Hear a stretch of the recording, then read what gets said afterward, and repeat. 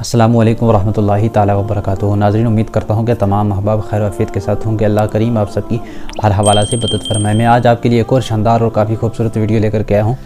انشاءاللہ آپ کو اس ویڈیو سے کافی فائدہ ہونے والا ہے۔ حضرت سیدنا عیسیٰ علیہ نبی صلی اللہ علیہ وسلم ایک مرتبہ قبر کے پاس گزرے تو آپ نے کیا دیکھا کہ اس قبر کے اندر مردے کو بہت سخت عذاب ہو رہا ہے، وہ عذاب کے اندر گرفتار ہے۔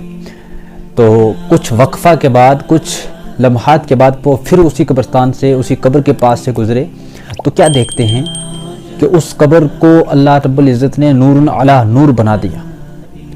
تو اللہ رب العزت کی بارگاہ میں عرض گزار ہوتے ہیں اور فرماتے ہیں کہ یا باری تعالیٰ، یہ کیا ماجرا ہے، یہ آخر یہ معاملہ کیا ہے؟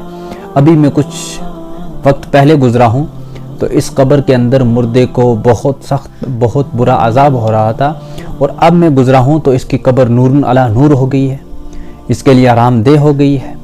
تو اللہ تبارک و تعالیٰ ارشاد فرماتا ہے کہ اے روح اللہ، اے عیسیٰ، اس کے مرنے سے قبل اس کی جو بیوی تھی وہ حاملہ تھی، اس کے گھر میں بچہ پیدا ہوا۔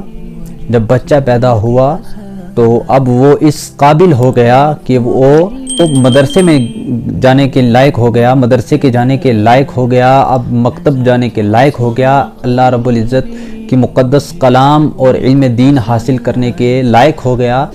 اب وہ آج مکتب کی جانب رواں ہوا، استاد نے اسے بسم اللہ شروع کرائی، یعنی اس نے آج بسم اللہ سے شروع کیا، تو اس کے صدقے سے اللہ رب میں نے اس کے تمام گناہوں کو معاف کر دیا، خطاؤں کو درگزر کر دیا اور اس کو بخش دیا اور اس کی قبر کو نور علی نور بنا دیا۔